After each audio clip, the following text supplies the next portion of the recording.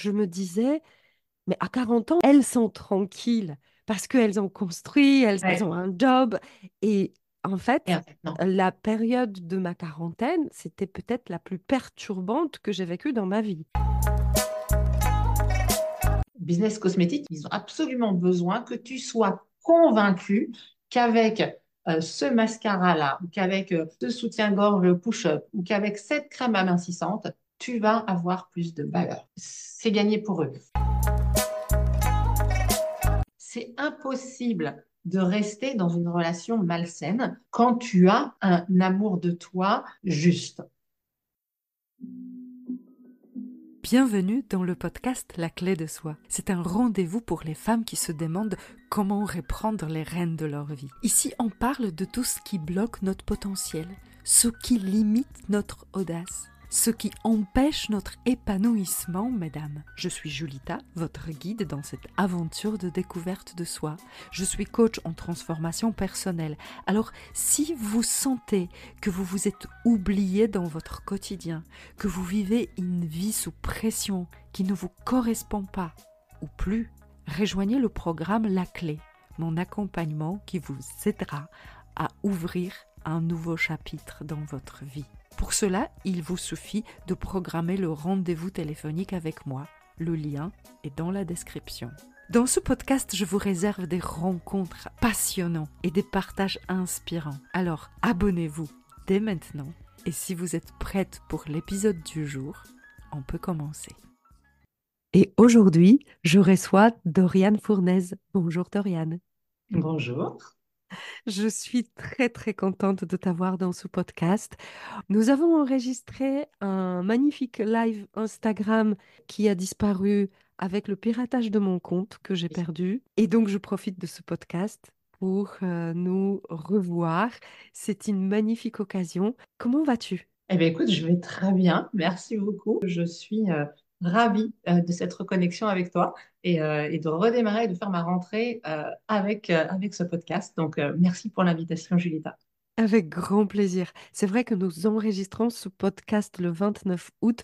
Vous l'écoutez, il est peut-être froid maintenant, mais nous sommes baignés par des beaux rayons de soleil. Doriane, tu es spécialisée dans l'accompagnement des professionnels dans l'équilibre pro-perso. Tu Exact. accompagnes aussi bien les entrepreneurs que les salariés, aussi bien les femmes que les hommes. Et moi, sur ce podcast, la clé de soi qui s'adresse aux femmes qui ont besoin de reprendre les rênes de leur vie, je vais te proposer un échange autour des femmes. Et nous nous sommes dit que nous parlerons des femmes qui connectent le plus souvent avec nous, les femmes qui ont 40 ans et plus. Tout à fait. Je t'avoue que c'est la très grande majorité de ma clientèle, puisque effectivement, même si j'accompagne aussi des messieurs, puisque notamment dans le cadre des entreprises où j'interviens, mon intervention est commandée par la direction, ben là, je peux avoir effectivement des messieurs. Après, voilà, pour les personnes qui viennent spontanément vers moi, j'ai majoritairement 75% des femmes et des femmes de plus de 40 ans. Donc, et on en parlera ensemble, comment ça se fait que c'est surtout des plus de 40 ans qui viennent sur ces thématiques. C'est pas un hasard. Évidemment. Moi, j'accompagne les femmes de 40 ans et plus sur les questions personnelles, sur les challenges personnels, sur l'augmentation de confiance en soi, d'estime de soi. Toi, tu es plus penché vers l'équilibre de vie pro-perso, Ouais. C'est la porte d'entrée en fait. C'est-à-dire que voilà, les gens qui viennent vers moi évidemment. ils viennent souvent avec une porte d'entrée qui va être soit voilà, au travail, je veux être plus performant, soit je re-questionne mon équilibre pro-perso et là j'ai de la difficulté. Et donc c'est par là souvent qu'ils arrivent. Et en l'occurrence, quand on travaille cet équilibre pro-perso, et ben dedans, il y a tout un aspect développement personnel. Et là, je dirais que la source, elle est à l'intérieur de nous-mêmes. Oui, Effectivement, ta relation à l'autre émane déjà de ta relation à toi-même. Donc, Mm. bien entendu, toutes ces questions que toi, tu traites sur voilà, la confiance en soi, l'estime de soi, le respect de soi-même, savoir poser des limites, savoir dire non, etc. Tout ça, ça vient déjà avant tout, non pas de l'autre, mais de Oui, l'intérieur. oui. Et au final, quand on décortique le quotidien, il y a très peu de choses qui viennent réellement de l'extérieur. Ah ben, en fait, l'extérieur, c'est du décorum. C'est, ça vient avant tout, effectivement, de l'intérieur. Moi, j'aime bien expliquer aux gens, voilà, cette notion d'équilibre pro-perso, c'est un peu comme un temple, si tu veux. C'est notre temple à nous, hein. Et il y a des piliers, il y a des colonnes, hein, bien sûr, pour tenir le temple. Tu as une première colonne, un premier pilier, c'est le sens. Voilà, est-ce que je trouve du sens à ma vie, à ce que je fais? Euh, et je ne parle pas que du travail, là, hein, bien entendu, hein, je parle du sens de ma vie. Oui, Donc, premier pilier, c'est le sens. Et parce que s'il n'y a pas de sens à ce que je fais, ça va être très compliqué d'avancer. Ensuite, deuxième pilier, c'est ma performance. Parce que voilà, si je trouve du sens, mais que j'ai l'impression d'être un loser, euh, ça va pas le faire non plus. Ça va même venir encore plus entamer mon estime de moi. Troisième pilier, c'est l'harmonie intérieure. Parce que si je trouve du sens et que je suis hyper performant, mais qu'au milieu de tout ça, je suis cramé, ça va pas le faire. Et oui, ces trois piliers, ils ont besoin d'être posés sur des fondations solides. Et ces fondations, c'est la relation. Et notamment la relation à l'autre et avant tout la relation à soi-même. Alors, il y en a une oui, autre qui est la relation à l'argent, mais celle-là, on va la laisser de côté pour l'instant. oui. Effectivement, la relation à soi-même qui est à la base de tout. Moi, je le vois souvent chez mes clients, des gens qui vont se poser des questions sur, finalement, je vois bien que j'arrive pas à poser mes limites, ou j'arrive pas à dire non, ou je ne sais pas exprimer mes besoins, je suis pas assez assertive, je me respecte pas assez. Et souvent, les gens cherchent des solutions en fait à ces thématiques, euh, mais des solutions qui vont être des rustines parce qu'ils vont essayer, ils Oui. vont cibler chacune de ces problématiques.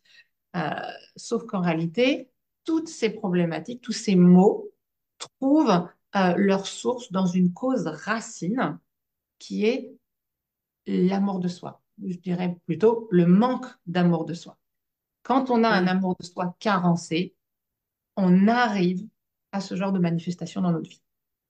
Et pourtant, dans notre société, on est quasiment tous carencés en amour de soi. On vit dans une société qui n'aime pas vraiment ce terme. Quand tu regardes dans le dictionnaire, ça va plutôt être expliqué que c'est de l'égoïsme ou de narcissisme. Narcissisme, ouais, souvent.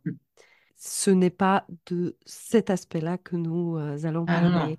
pas du tout. Avant qu'on rentre dans ce détail-là, détail, dans ce Dans ce niveau de domaine-là détail, plutôt, dans ce niveau de détail.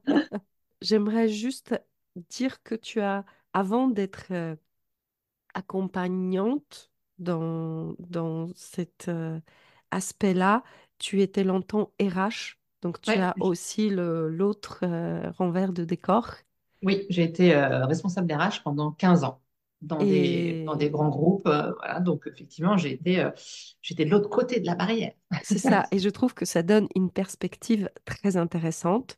Pourquoi les questions que se posent les femmes aux alentours de 40 ans, disons-le, sont particulières? Pourquoi ça change? On passe par plusieurs stades, plusieurs phases dans notre vie, hein, et dans notre vie de femme. Donc, on vit régulièrement des transitions. La première phase où on est sur l'enfance, hop, on va avoir une transition. Et quand on va avoir nos menstruations, là, on va rentrer dans une construction de vie de femme. Euh, Puis ensuite, on va rentrer dans une autre transition qui va être la maternité. Et tout ça va se faire en parallèle d'une autre transition qui est moi en tant que professionnelle, parce qu'on cherche à faire notre place. Et donc tout ça, ça avance. Et donc finalement, sur toute je dirais, vingtaine, trentaine, on est dans une phase de construction. On finit de construire notre féminité, on construit notre couple, on construit nous en tant que mère et nous en tant que pro. Et après, on essaye de mettre tout ça ensemble. Donc, on coche des cases, en fait, hein. Parce que tu vois, moi, quand j'étais jeune, je me disais, mais à 40 ans, ils sont tranquilles, tu vois. Elles sont tranquilles parce qu'elles ont construit, elles Ouais. ont un job. Et en Et fait, en fait, non. la période de ma quarantaine, c'était peut-être la plus perturbante que j'ai vécue dans ma vie. Oui. Alors, en réalité, alors peut-être que je me trompe, parce que alors moi, j'ai 46 ans. Moi, j'ai Bien. 47. Bon, ben voilà, j'y viens dans pas longtemps. Donc, on est effectivement à peu près au même stade. Et en l'occurrence, cette perspective de tranquillité, elle est plutôt dans la cinquantaine, en vrai. Ou c'est Ça encore une vient, illusion qu'on se fait. ça vient. Alors, peut-être qu'à 50 ans, on va dire, ah, mais non, en fait, c'est le bordel. Mais bon, en tout cas, effectivement, à 40 ans, qu'est-ce qui se passe? On rentre dans une autre transition. Et un petit peu, tu sais, comme le homard, hein, qui qui refait sa carapace régulièrement, hein.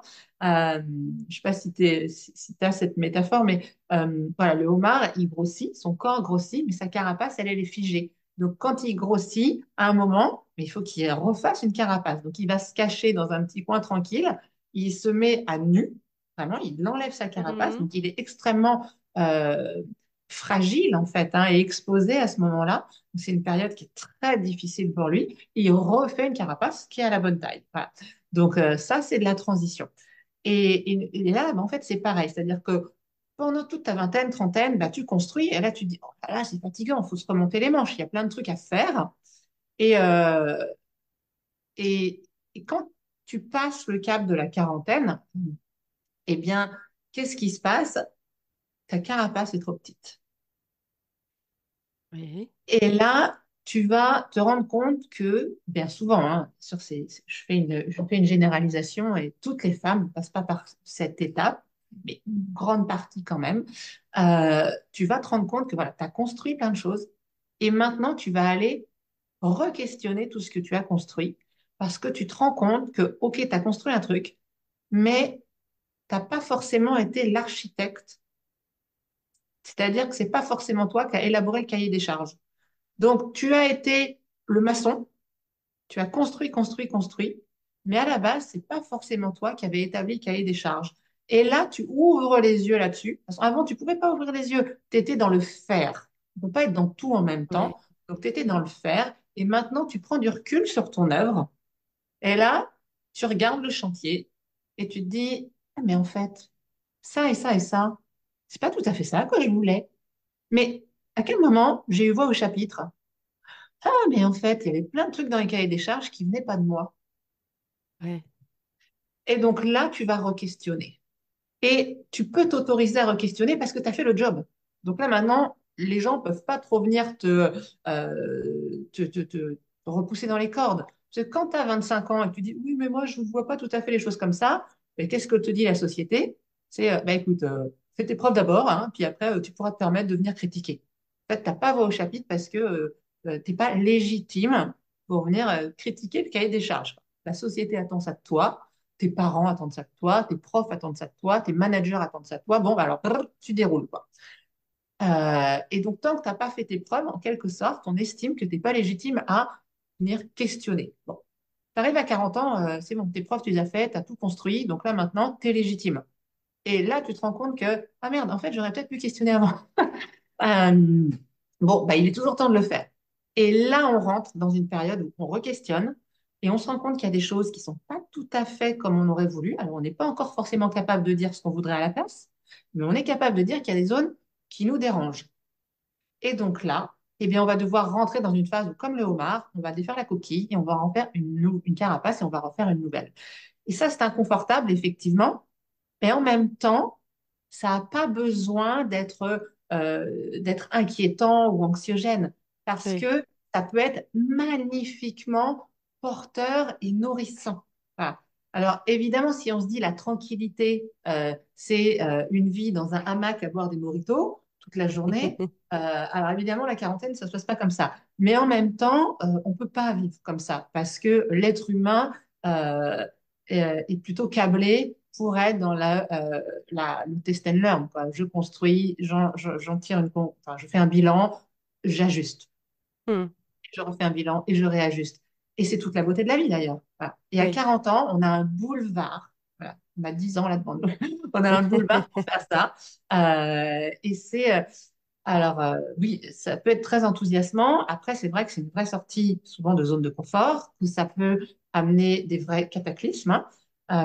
Ce qui est important, c'est d'être conscient à l'avance que ça va être comme ça. Tu sais, c'est un petit peu comme quand tu es à la piscine et que tu dis, oh, elle est un peu fraîche, j'ose pas trop y aller. Puis bon, une fois que tu es lancé, tu arrives de l'autre côté, tu vois. Et puis là, une fois que tu as fini ta longueur, tu te dis, bon, finalement, elle n'était pas si froide, quoi. Oui, Euh, mais c'est a posteriori que tu te dis, bon, finalement, ça le faisait. Mais là, en fait, c'est pareil. C'est-à-dire que si tu sais à l'avance que c'est ça qui t'attend, tu l'accueilles et tu vis pas ça comme un gros chamboulement qui vient mettre la pagaille dans ta vie. Non, c'est hmm, simplement un requestionnement, je dirais un réajustement. Voilà, on a des bases et on va simplement faire des ajustements. Certaines personnes ont des ajustements qui sont colossaux, d'autres, il y a juste quelques petits réglages à faire. Euh, mais c'est vrai que quelle que soit l'ampleur, pour chacune, ça reste quelque chose d'important. Et, euh, et vraiment, ça peut être vécu avec beaucoup de joie si on comprend qu'en fait, c'est une forme d'expression de notre liberté. c'est ça. Moi, j'aime beaucoup la notion de cahier des charges. Ce que je vois aussi, c'est que parfois, on a construit et on a l'impression que ça a répondu au cahier des charges qu'on a voulu. Et pourtant, ça peut ne plus nous convenir. Et c'est Bien, OK aussi. bien sûr, parce que la bonne nouvelle, c'est que la vie, c'est quelque chose de mouvant. Euh, la preuve, la respiration. C'est l'expression même de la vie, ta respiration. Inspiration, expiration. Et tu fais ça non-stop à partir du moment où tu nais jusqu'à, d'ailleurs, ça s'appelle comme ça, ton dernier souffle. Donc la vie, c'est vraiment ce mouvement de ta cage thoracique et de ton abdomen. Et d'ailleurs, quand on arrête de respirer, si on retient notre respiration, tu vois, on se fige, on se crispe, tous nos muscles se crispent. Et ça, c'est le contraire même de la vie. Donc, la vie est vraiment mouvement. Donc, nous aussi, au fur et à mesure de ce qu'on expérimente, au fur et à mesure des années, on va changer. Et oui, quelque chose qui nous convenait à un moment ne nous convient plus un peu plus tard. Et c'est le cas parfois des personnes qui repensent aussi leur contrat de couple et qui peuvent aboutir à la conclusion du bah, cette personne était un bon partenaire ou une bonne partenaire pour moi pendant une phase de ma vie et aujourd'hui j'ai changé. On n'a pas changé de la même manière et nos chemins sont devenus trop divergents. Et du coup, il est simplement temps d'acter de prendre acte en fait, de ce constat et, et bien de séparer nos chemins, tout simplement. Voilà. Ça ne veut pas Ouais, dire que pendant 10 ans, on a vécu dans le mensonge et qu'on a fait semblant, pas du tout. C'est c'est juste ça. qu'on a évolué. Et effectivement, le cahier des charges de l'instant T n'est plus le même cahier des charges que l'instant T plus 1. Et on a le droit à ce changement. Et je donne souvent l'exemple de l'œuf. L'œuf ne peut pas rester l'œuf. Il faut qu'il se transforme, sinon il deviendra un œuf pourri. C'est vrai, c'est très bien imagé, très bien illustré. Exactement, ouais. Oui, en fait, Donc, la vie est à transformation. chaque étape de notre vie, nous sommes en état de l'œuf qui doit éclore et qui doit Oui, se transformer en poussin, en poule, en bien autre. sûr. Mais ça ne veut pas dire que c'est juste à la naissance qu'on est l'œuf et après il faut. C'est à chaque nouvelle étape. Et si on se sent que il est temps de sortir de cette coquille, ben, sortons de la coquille. Exactement. Ouais, c'est tout à fait ça. Et de toute façon, tous les cycles de la vie, les saisons, c'est comme ça. Enfin, voilà, tu as l'impression que l'hiver, il se passe rien, alors que pas du tout. Il se passe, c'est vraiment une gestation, hein, la période hivernale. Ensuite, voilà, tu as les feuilles, les bourgeons, les petites fleurs, le fruit qui arrive à maturité, qui est magnifique. Et dès qu'il arrive à maturité, hop, il commence à se désagréger. pour ensuite aller renourrir la terre, etc. Enfin, Après, dans ce changement-là, ce qui est souvent difficile à appréhender, c'est le regard des autres. Parce que mhm. euh, nous, les femmes, je ne sais pas, les femmes avec qui tu travailles, moi, je travaille beaucoup avec les femmes qui se sont adaptées et suradaptées à leur environnement. C'est-à-dire qu'elles ont quasiment caché leur nature première, leurs besoins, leur envie, et elles ont toujours dit oui à quelque chose qui était à côté d'elles. Ça peut être peu de choses, ça peut être, je sais pas, j'ai envie des vacances en montagne, mais on a toujours à aller à la mer et on a fini par acheter un appartement à la mer, et puis ça fait 20 Bah, ans qu'on va à la mer. ouais, mais Ça peut être, le choix du film, le choix du film au ciné ou à la oui. télé. Non, mais rien que ça. Ça peut être vraiment des choses très banales, mais ce sont des petites gouttes qui remplissent le vase. Et Mm. lorsque il déborde, on se rend compte que c'est vraiment pas moi. Et dans ces cas-là, j'ai envie de révéler ma vraie nature. Et l'entourage va me dire, mais non, t'as changé, mais tu te rends compte, ah, c'est parce que tu as commencé à t'intéresser à ça, Ouais, c'est parce que, clair. T'es rentré dans une secte, hein. oui, c'est ça. Et c'est là où je dirais, il y a la place de dire, mais non, ça c'est vraiment moi. Ce que tu as connu ou ce que vous avez connu, parce que c'est pas forcément notre partenaire de vie, c'est pas forcément le mari. Ça peut être des parents, des beaux-parents, des amis, Mm. des collègues de travail. euh, et c'est là où on a la place de dire, mais non, en fait, euh, ce que tu connaissais de moi, c'était pas la vraie. Et Tout donc, à je te fait. propose de maintenant découvrir qui je suis. C'est ça, faire connaissance. Ouais, exactement. Alors, ça requiert de déjà soi-même découvrir cette personne. Absolument. Voilà. Et effectivement, il y a une deuxième phase qui est une phase complexe, qui est de la, l'amener à la connaissance des autres. Mais je dirais que quand on a déjà bien fait le travail de soi-même rencontrer cette personne, c'est-à-dire notre être profond, hein, en réalité, à ce moment-là, on est tellement bien avec que c'est facile d'aller l'amener aux autres et de proclamer qu'on est cette personne-là. Là où c'est difficile, c'est quand on commence juste à à avoir des bribes, ok, qui elle est, et qu'on n'est pas encore suffisamment bien assis, Mm. qu'on n'a pas encore pris l'entièreté de cette identité-là, et qu'on commence, en étant très friable, à les montrer aux autres. Oui, Et là, comme on est friable, on se fait retoquer, et ça, on ne le vit pas bien. Et oui, ça peut même carrément casser tout le processus, hein. Donc, c'est pour ça que moi, je recommande plutôt d'abord de faire le travail d'introspection et de découverte de qui on est. Euh, et ça, c'est vraiment un travail d'amour de soi, parce qu'on va aller sur toutes les facettes de notre être.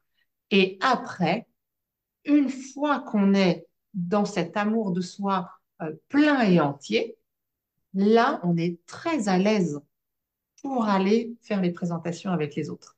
oui. Comme tu dis, Et l'amour de soi, moi, je passe souvent par l'étape d'acceptation parce que en général, à cette étape-là, on n'est pas prête à dire je m'aime. alors, ça, vaste sujet, hein. En fait, on est là, extrêmement nombreuses à comprendre le concept d'amour de soi. On en Oui, entend beaucoup parler, d'accord? Mais on ne sait pas du tout comment le construire. D'où oui. est-ce qu'on part pour faire ça? Et pourtant, on Où est-ce qu'on l'entend. l'achète? Ce serait tellement Ouais, plus c'est simple. ça, c'est sur Amazon, c'est où quoi. Donc, effectivement, on entend souvent en plus dire, de toute façon, tu peux vraiment aimer les autres que quand tu t'aimes toi-même. D'accord, mon cerveau comprend ça, mais comment concrètement je m'y prends? C'est pas quelque chose qu'on peut construire, et je dis bien construire, j'ai pas dit trouver, hein.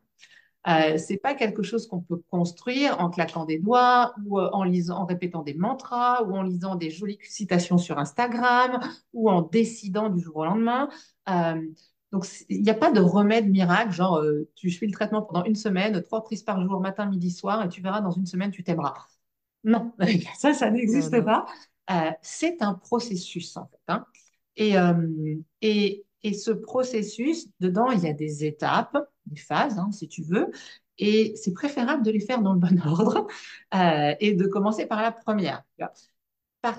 Et il y a un truc qui, moi, m'a frappé, c'est que, effectivement, donc je le disais tout à l'heure, souvent quand tu manques d'amour de toi, tu as du mal à poser tes limites, tu as du mal à dire non, du coup, tu vas manquer de respect à toi-même, hein. Donc, tu vas accepter que d'autres te manquent de respect, ou du moins, tu ne sauras pas comment faire face, ce qui fait Mm. que, enfin, en tout cas, moi, ça a été mon cas hein, à plusieurs reprises dans ma vie. Avant de réussir à construire cet amour de moi, j'ai été victime de harcèlement ou de domination, tu vois. Mm. Donc, les limites, tu peux également avoir du mal à les poser et te retrouver avec des gens qui t'écrasent ou qui t'essorent, tu vois, qui te pressent comme un citron. Et tu vas laisser faire. Tu vas avoir du mal à exprimer tes besoins. Et quand tu le fais, tu vas culpabiliser, par exemple. Oui. Et là où il y a parfois une erreur, c'est que les gens pensent que quand ils manquent d'amour d'eux-mêmes, euh, derrière, il va se passer un truc, c'est qu'ils vont se critiquer. Là, c'est une vraie erreur de compréhension et je la partage avec toi parce que c'est vraiment un truc sur lequel je veux vraiment qu'on communique et c'est le premier truc que je dis à mes clientes. Euh, on prend le problème à l'envers quand on raisonne comme ça. C'est-à-dire que souvent on se dit, je manque d'amour de moi, donc je me critique. En réalité, c'est l'inverse. Parce que c'est impossible de construire une posture d'amour de soi. C'est impossible d'être dans cette posture si à la base, je suis dans une zone de jugement de moi-même. Les deux sont incompatibles. Mhm. Et elle est là la première étape du processus, tu vois.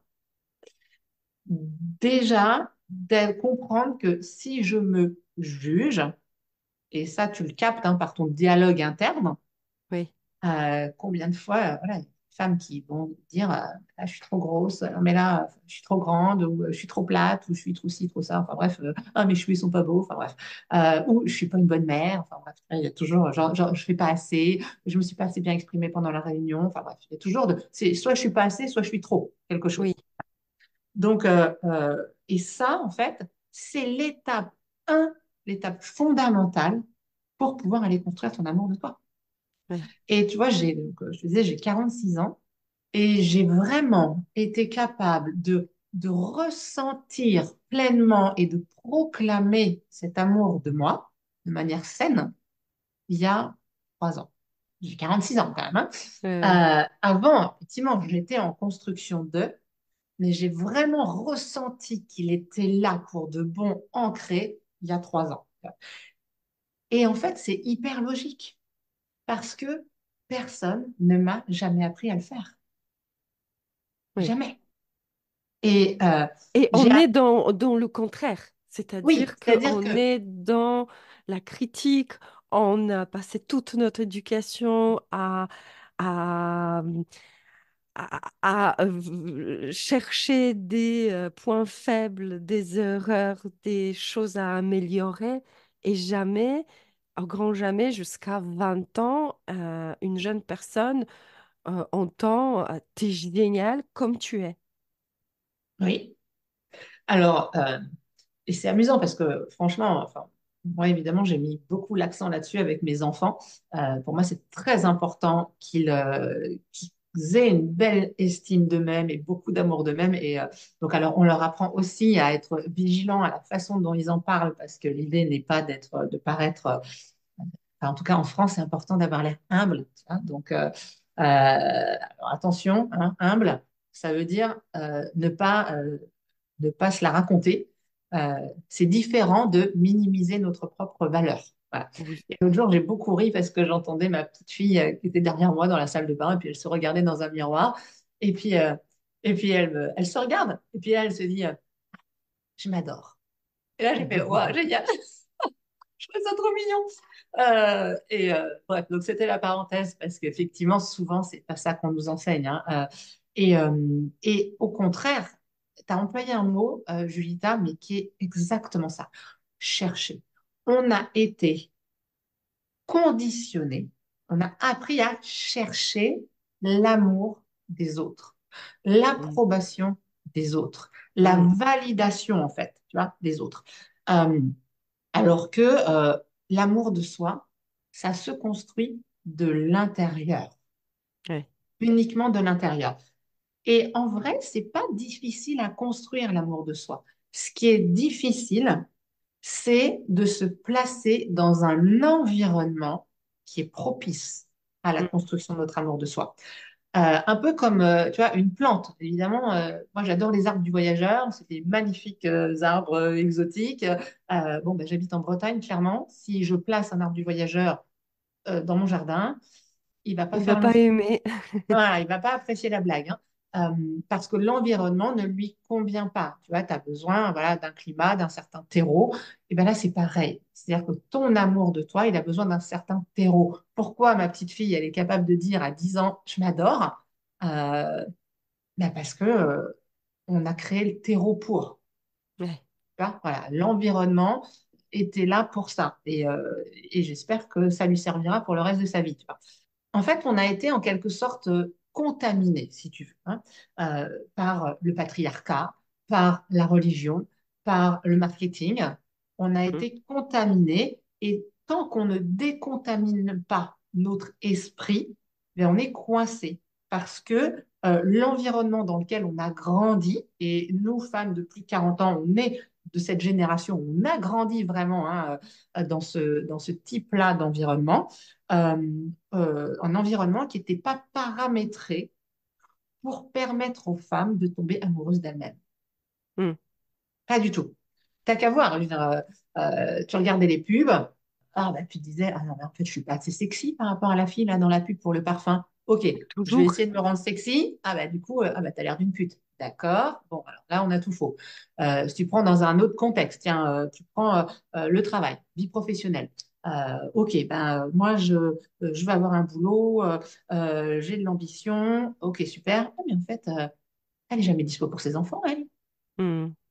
Il va falloir réviser les cours de parentalité. D'accord. Bon, bah tiens, je vais arrêter de travailler. Bon, là, carrément, tu n'existes plus aux yeux de la société. Donc, tu as encore tout faux sur la ligne.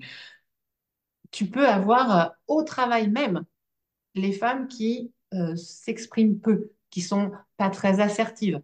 Du coup, elles vont récolter au moment de l'évaluation des talents, tu vas avoir droit à alors, elle n'a pas de leadership, donc pas de promotion. Mm. Mais si par contre, tu prends ta place, tu t'exprimes, eh ben là, tu vas avoir droit à un truc du type, elle a les dents qui rayent le parquet, quoi. Tu vois, en fait, il y a tout ce C'est ça. conditionnement. On a vraiment Tu trouves été. que c'est différent pour les hommes? Alors, les hommes, ils ont d'autres, ils ont Ouais. d'autres problématiques, euh, ils ont également, hein, une difficulté à construire leur estime d'eux-mêmes. C'est juste que ça se manifeste pas de la même manière. Ouais. Voilà. Mais effectivement, les carences, je dirais qu'elles sont presque plus générationnelles que genrées. Ouais. Ouais, Voilà. ouais, je suis d'accord. Mais Et nous portons tous empreinte de la génération qui nous a éduqués. bien sûr. Et ils ont fait de leur mieux avec ce dont eux, ils disposaient, hein. Ouais. Donc, c'est pas une Et tu critique. vois, moi, je suis venue en France, j'avais 25 ans, je suis polonaise, et l'éducation n'est pas pareille. Et j'ai appris avec beaucoup de surprises, d'ailleurs, il n'y a pas très longtemps, que les femmes, jusqu'à de mémoire 1962, n'ont pas eu le droit à leur compte bancaire Ouais. et travailler sans accord de leur conjoint. Conjoint. Alors, j'imagine qu'en pratique, ce n'était pas exigé et que les femmes travaillaient et la plupart ne se rendaient même pas compte qu'elles avaient le droit, qu'elles avaient l'obligation d'avoir un accord de leur mari. Mais moi, j'ai vécu dans une génération où les femmes étaient plus égales Déjà parce que personne n'avait de compte bancaire. On était dans un Oui. système communiste. On recevait notre paye en liquide. Ah oui. Moi, je me souviens des tas de billets dans l'armoire de mes parents parce que c'était la paye de papa, de maman. Ma maman était institutrice, le papa, il bossait dans une usine. Et il y avait une égalité qui était, aujourd'hui, je me rends compte, plus grande qu'à l'époque en France. Oui, bien sûr, la génération, elle a un impact colossal. Après, regarde, je veux dire, moi je suis née en 77, donc finalement je suis une enfant des années 80-90, tu vois.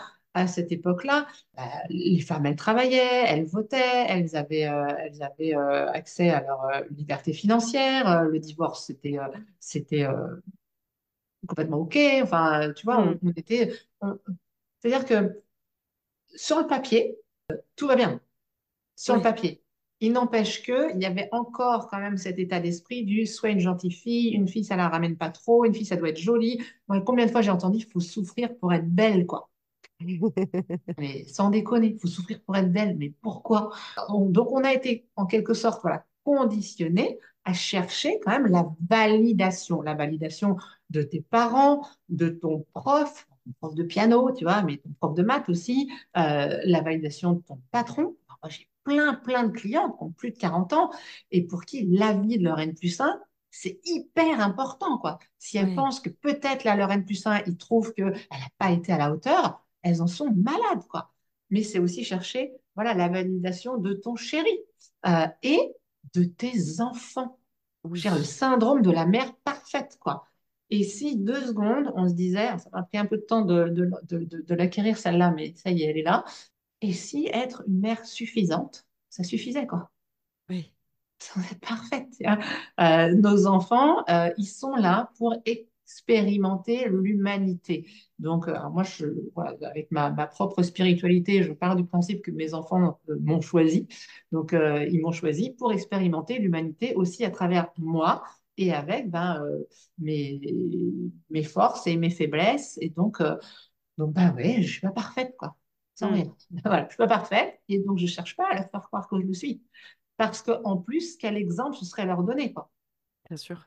Hein, bonjour le standard, quoi. Hein. Donc, et ce qui est assez bluffant, c'est de voir au niveau business. Niveau business, mais t'as qu'à regarder, tiens, les business cosmétiques. Business cosmétiques, ils ont absolument besoin que tu sois convaincu qu'avec ce mascara-là, ou qu'avec ce soutien-gorge push-up, ou qu'avec cette crème amincissante, tu vas avoir plus de valeur. À ce moment-là, là, c'est gagné pour eux. Que À je ce ne moment-là, cite pas la marque d'un slogan, tu le vaux bien. ah ouais, tu le vois bien, ouais, tu le vois bien. Donc, il y a vraiment ce côté, une fois que j'aurai ce machin-là, je vais trouver plus de gens qui vont m'approuver et donc qui vont m'aimer, quoi. Mais le jour où les femmes vont vraiment s'aimer elles-mêmes pleinement, mais le chiffre d'affaires de plein de boîtes va se casser la figure, en fait. Hein. Ouais. Tu vois. Et quand une femme s'aime pleinement, qu'elle est convaincue de sa propre valeur, tu peux pas lui imposer d'acheter quelque chose, en fait. Tu peux pas lui vendre un truc Ouais. parce qu'elle sait qu'elle en a pas besoin. Si Par elle achète contre, quelque chose, si elle n'a pas d'estime de soi, si elle n'a pas confiance en elle, elle est prête à acheter ah tout et oui, n'importe quoi exactement, pour remplir ce un miracle. vide-là. Ouais. Et là, on est vraiment dans l'archétype de la prostituée. Mhm. C'est-à-dire, j'ai besoin de ci ou de ça pour avoir de la valeur. Alors que quand tu t'aimes, que tu connais ta valeur, bah alors là, si tu achètes un truc, c'est vraiment parce que tu l'auras choisi, ça aura été un choix conscient, parce que tu sais que ça te fait plaisir. C'est pas parce que tu te dis que tu as besoin de ça pour répondre à un standard. Et il y a un autre truc qui ne survit pas à l'amour de soi, c'est une relation malsaine. Ouais. Je ne parle même pas d'une relation toxique, une relation malsaine ou même inadéquate.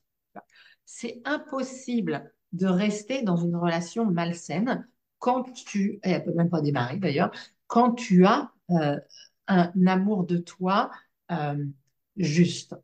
Parce que avec ton amour de toi, tu places une barre, tu vois, et c'est une sorte de niveau minimum en Hmm, dessous duquel tu refuses qu'on t'aime. On doit obligatoirement t'aimer. Alors, obligatoirement, non, en tout cas, tu as des attentes, tu vois, et le niveau d'amour minimal, c'est celui qui est au-dessus de la barre, c'est celui que tu te donnes. hmm. Donc forcément, tous les autres qui viendraient t'aimer moins, en te faisant croire que de toute façon tu ne vaux pas plus, passez votre chemin, quoi. Moi, Ouais. ado, voilà, mon estime de moi, mon amour de moi était lamentable, mais j'enchaînais les tocards, quoi. Et il y avait une part de moi qui savait, tu vois, une toute petite voix qui savait que c'était pas OK. Mais il y avait toute une autre part de moi qui me faisait croire que de toute façon, c'est tout ce que tu peux avoir. Et donc, ça crée Cette fameuse phrase, tu ne le mérites pas. tu ne le mérites pas, exactement. Et, et le niveau donc, où tu places cette barre, il est très important. Et ça se voit dans la manière dont tu te parles à toi-même. Oui, Si tu te beaucoup. parles d'une certaine manière, derrière, c'est comme si tu donnais l'aval aux autres de te parler de cette même manière.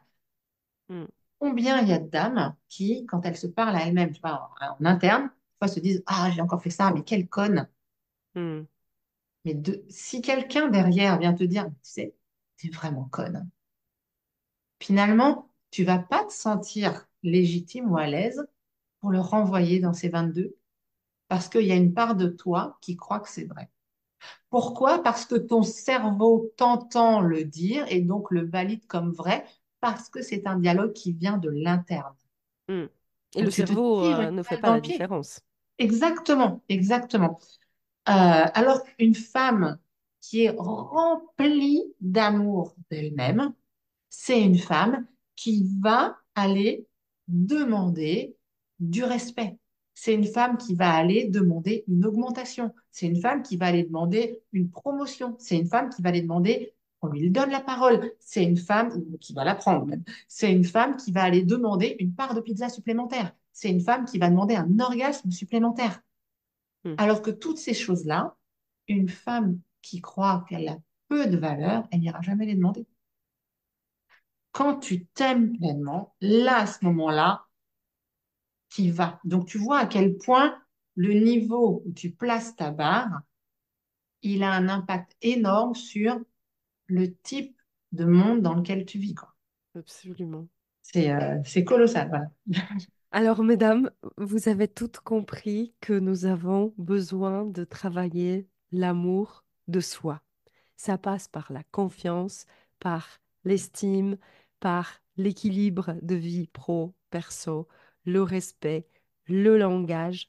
Il y a tellement de choses que j'aurais du mal à tout énumérer ça aujourd'hui. Dorian, est-ce que tu aurais un mot de la fin pour finir cet épisode? Ouais, parce que moi, je suis quelqu'un de très pratico-pratique. J'aime pas du tout faire de la philo, tu vois. Je trouve que quand voilà, on dit des choses, bon, bah, c'est sympa, mais si on passe pas à l'action, on fait que pelleter des nuages, tu vois.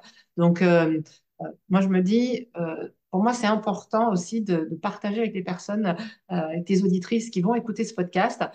C'est important pour moi qu'elles ne restent pas sur leur faim, en mode, bon, bah, c'est sympa, Dorian, ce que tu nous racontes, mais voilà, on fait comment? Qu'est-ce qu'on fait? Alors, qu'est-ce qu'on fait? Alors, évidemment que je ne peux pas vous résumer mes accompagnements en 3 secondes, hein. Je ne peux pas tout caser là en quelques minutes, mais d'ores et déjà, euh, je vous donne, enfin, vraiment, je te donne ça et tu pourras le partager avec tes auditrices. euh, 3 étapes qui, pour moi, sont clés. Donc, la première, bah, tu l'as comprise, c'est déjà stop au jugement. Vraiment, on Mhm, arrête de se juger. Et le plus simple pour ça, c'est de se parler à soi-même comme si on parlait à notre meilleur ami. mhm, Sans doute que tu t'autoriserais pas à dire à ta meilleure amie quand elle se trompe, on était vraiment trop conne. Donc, si tu le dis pas à elle, tu ne le dis pas à toi non plus. Ça va mhm. aider.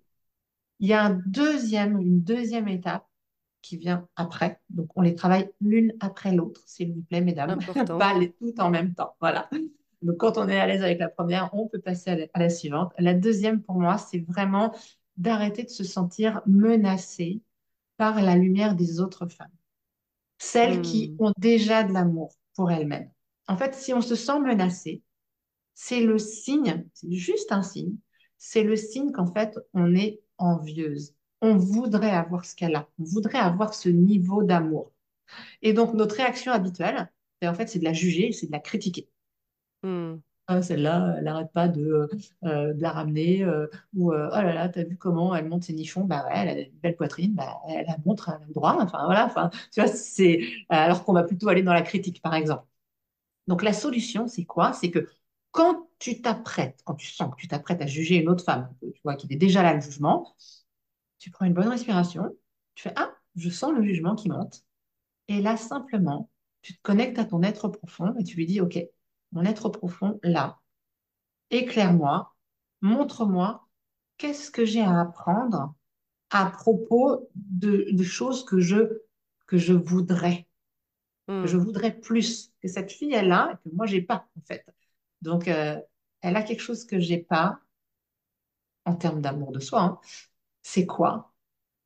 Parce que c'est en identifiant ce que je veux que je vais derrière pouvoir honorer mes besoins et mes C'est désirs. le manque de quoi qui parle quand Oui, je m'apprête à à critiquer critiquer, quelqu'un. exactement, c'est bien résumé, merci. Hmm. Et donc, ça m'amène à la troisième étape, qui est cette notion de s'honorer.